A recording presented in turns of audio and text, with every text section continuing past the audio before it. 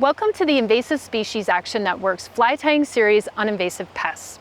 Invasive species are a problem globally, both affecting our economies and ecosystems. If you would like to learn more about invasive pests, stick with us at the end of the video.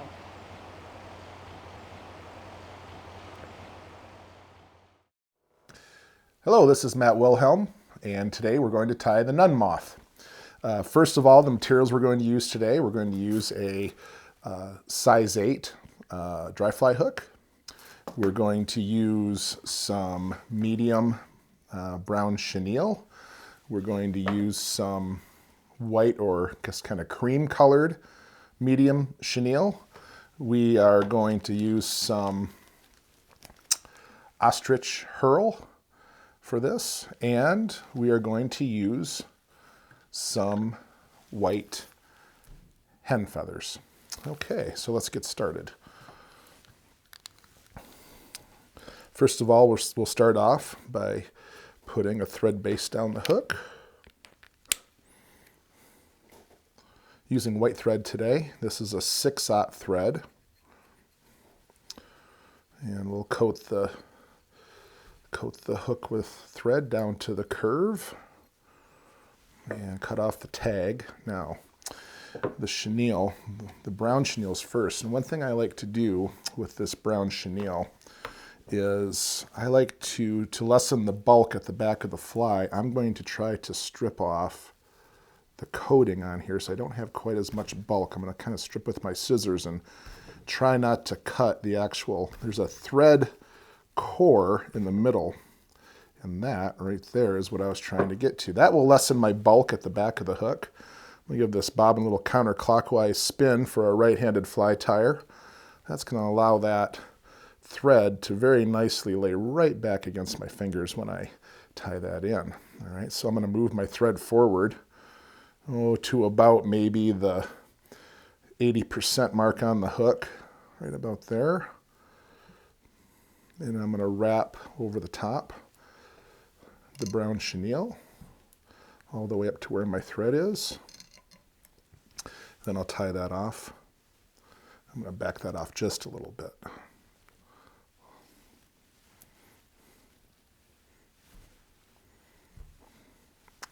And then cut this. All right, next thing is the white hen feathers. All right, I'm going to select off the cape here, I'm going to select a couple of hen feathers that are about the same size. You can use a lot of different materials for wings. There's some really great synthetic wing materials that you can use, but I'm going to go with the real feathers today. Anyway, I've selected two. There we go. And what I'm going to do with these two feathers is that I'm going to lay them, I'm going to mate them together so they're even. Get them all together here. Okay, and I'm going to put them together so that the tips are even. Sometimes it's hard to do. There we go. So now the tips are even. Now I'm going to tie these on so that they extend just a little bit further back from the bend of the hook. That's about how long I want my wing, just slightly longer than the hook. And I'm going to transfer hands here, and I'm going to tie this in. Try to keep them up on top. There we go. All right, so I've got the wing tied in, and I'll clip off the stems. One thing I'll do at the end here is that this fly has very distinct white or black markings on the white wing, and I'll color that with a black marker. All right, now I need more chenille, so I'm going to cut off a piece of this ivory or cream color, whatever you'd like to call it, chenille here. And again, I'm going to lessen the bulk at the back of this piece of chenille by stripping off the coating to have less bulk where I apply this fly. There we go, just like that. And I give that thread a counterclockwise spin again so that thread lays right back against my fingers of my left hand. tie that down and then move the thread forward. Okay, then this is gonna be our thorax. We're gonna wrap this around, moving forward, and we'll tie it off right there, leaving a little bit of space for the antenna, which will be the ostrich.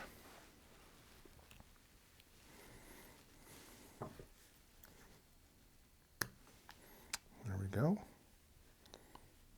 All right, now ostrich. So I'm just going to take one piece of ostrich out of here.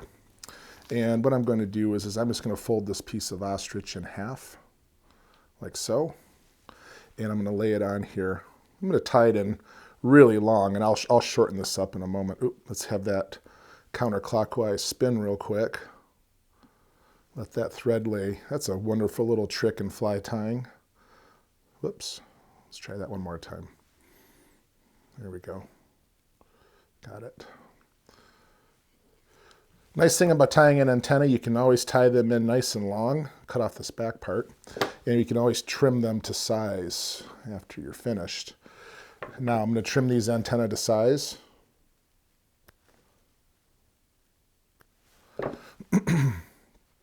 Spread them out a little bit, make that other one a little bit shorter so it matches. Now I'm going to put 1/2 hitch knot in here just to hold it, and then I'll follow it up with a whip finish with my whip finish tool.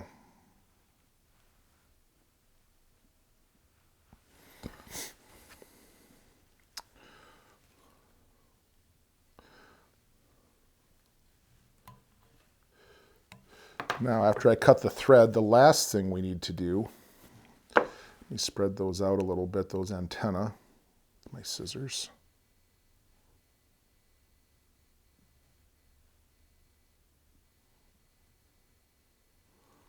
There we go.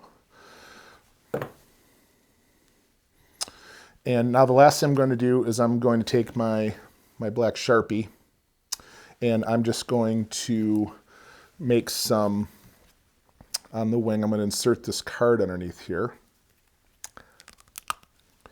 and I'm going to put some little black dots on these wings.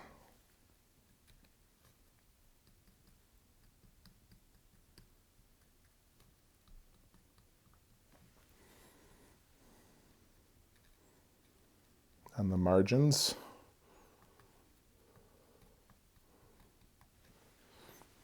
Put that wing back together a little bit.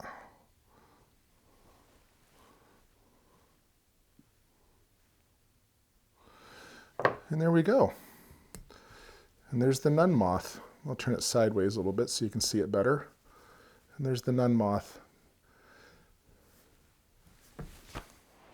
The insect tied in this video is an invasive pest, which means it's an invasive species. Invasive species are those that are introduced to a new area, and when they do, they cause harm to things like our forest, agriculture, and to even native plants and animals. The Nun Moth has not yet been found in the US, but it's still of concern because of damage seen on spruce, larch, fir, and pine elsewhere in the world. If you see an unusual insect or plant damage, you can report it using edmaps.org. Also, remember, don't move firewood. Just buy it where you burn it.